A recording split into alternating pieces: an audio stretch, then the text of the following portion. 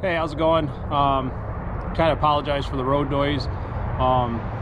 So if you watch the channel, you know last week I was down in Windrock, four-wheeling with a buddy of mine. It was a great trip. He doesn't get a chance to go out with me very often. I usually have my my son Jameson go, but Jameson was working, so my buddy Ronnie got to go down there with me. It was a great trip, except that coming back from the night run, we had a good time and all that, but coming back from the night run, I hit the bank coming down the road to the campground, and I messed up the sidewall on one of my tires.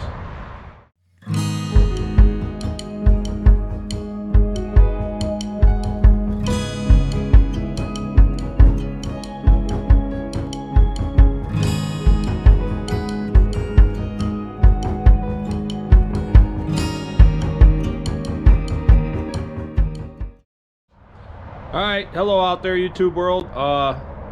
So I'm gonna try to put together a little bit of a video today.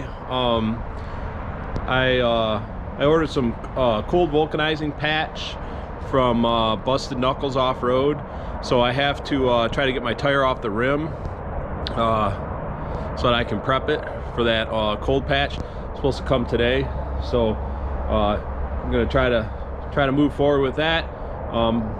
See how things go. You know, try not to hurt anything or break anything. It's kind of a pain to get a 44-inch swamper off the rim sometimes. Also, I need to repair the rim as it's got a big dent in it.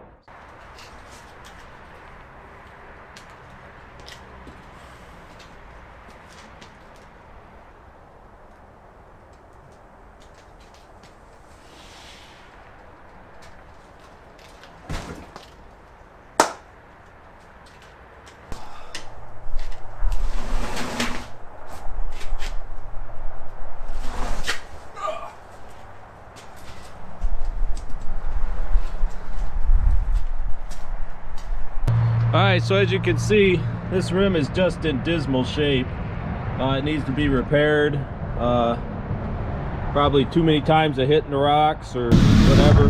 That's the inside of the rim. So that'll have to be straightened out, cleaned up, sealed up and everything before I put the tire back on. So a testament to all the damage that my Jeep takes because of how crappy I am with the way I treat it. So I don't really have spoons. What I have is these pry bars that are kind of thin.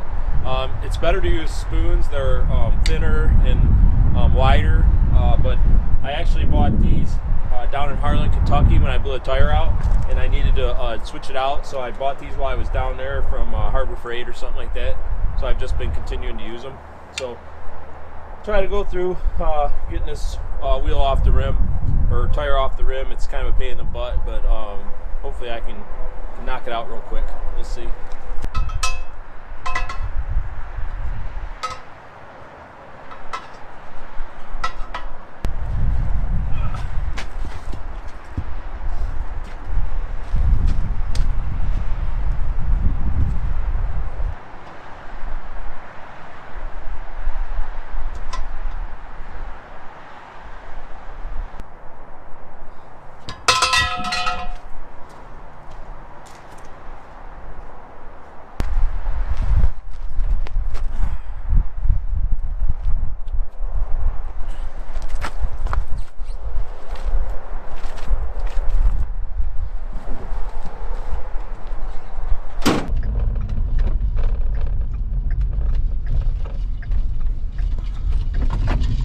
I put it in the truck because I was going to put it in, and then I changed my mind and sat in the truck flat for a few days.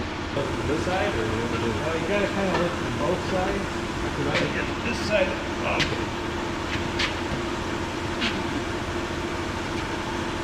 And then let it down over.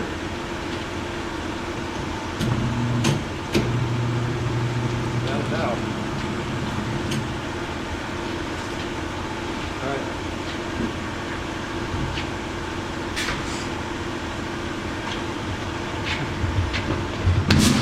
Okay, I'm going to apologize for the compressor when it comes on.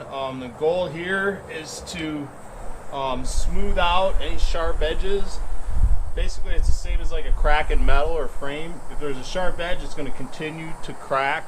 So you want to round those edges off and kind of give an area for that cold vulcanizing material to get into, rather than just try to do it like it is right now. So I don't really have the right stuff, but I have this grinding stone. I'm going to try to smooth that out. We'll see how it goes. We'll do that on the inside and on the outside.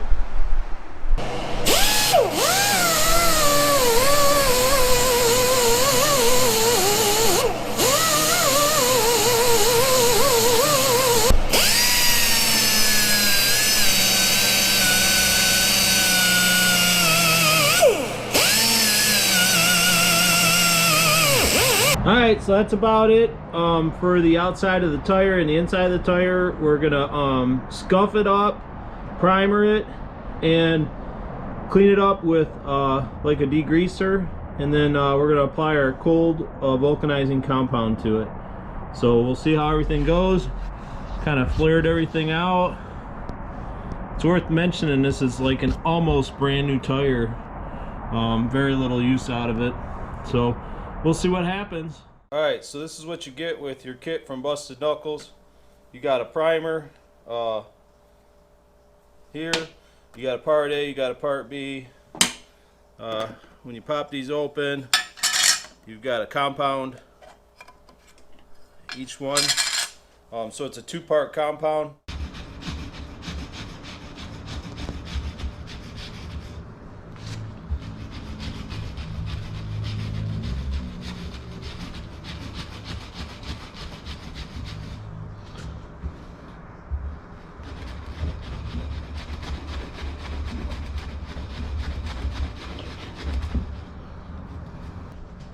There really is no better non-residue leaving material than rubbing alcohol, to be honest with you.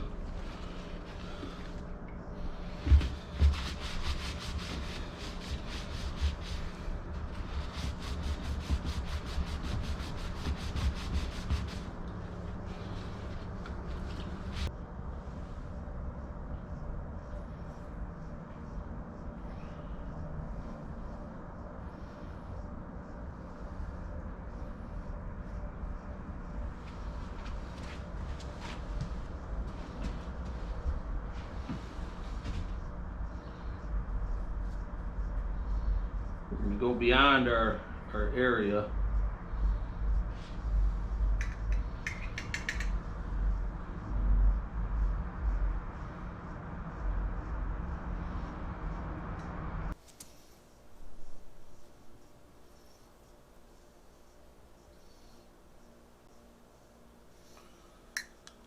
This kind of just seems like rubber cement. Alright, so I can definitely tell you that you do not want to get any of this into here or any of this into here. So I'm going to scoop some out, and then I'm going to do it with my hands. But I'm going to clean my tool off between each thing. So I'll kind of try to... So this stuff's pretty soft. Want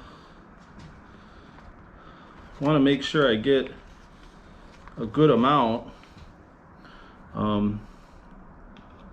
out. I don't want to not have enough. And then I'm going to do equal parts. So this stuff's a little tougher, a little more rubbery.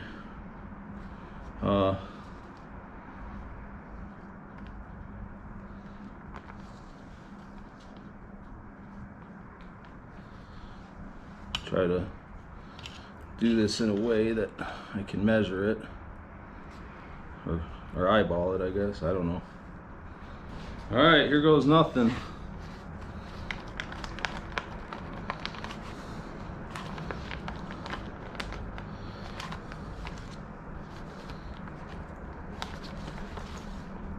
This is harder than it looks.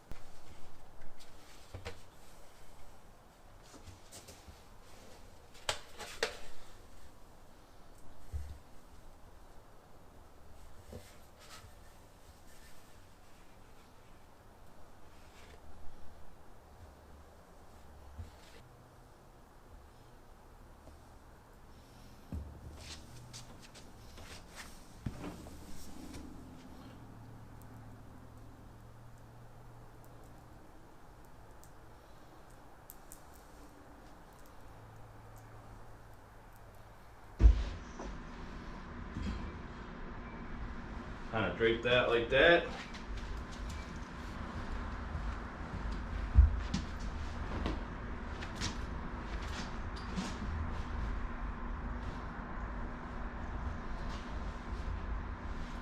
We'll see how warm that gets.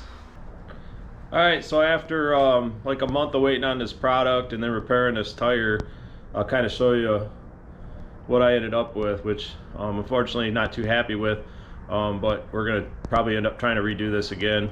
I'm not sure why it went bad, but I'll show you what it ended up doing. So here we have the product, which it's about like almost like a Permatex, and it just, I mean, you can see, you know, it just didn't really cure, you know. I mean, I could almost push my finger through it. So I'm not sure what I'm gonna do. I guess I'll peel this stuff off and try it again. It just doesn't seem like it cured, you know. And I kept it warm, 100 degrees roughly, but it just, I don't know. So anyways, probably gonna mix it up, probably gonna mix some more stuff up and at least try it again today, just to see what happens. So we'll give it another shot.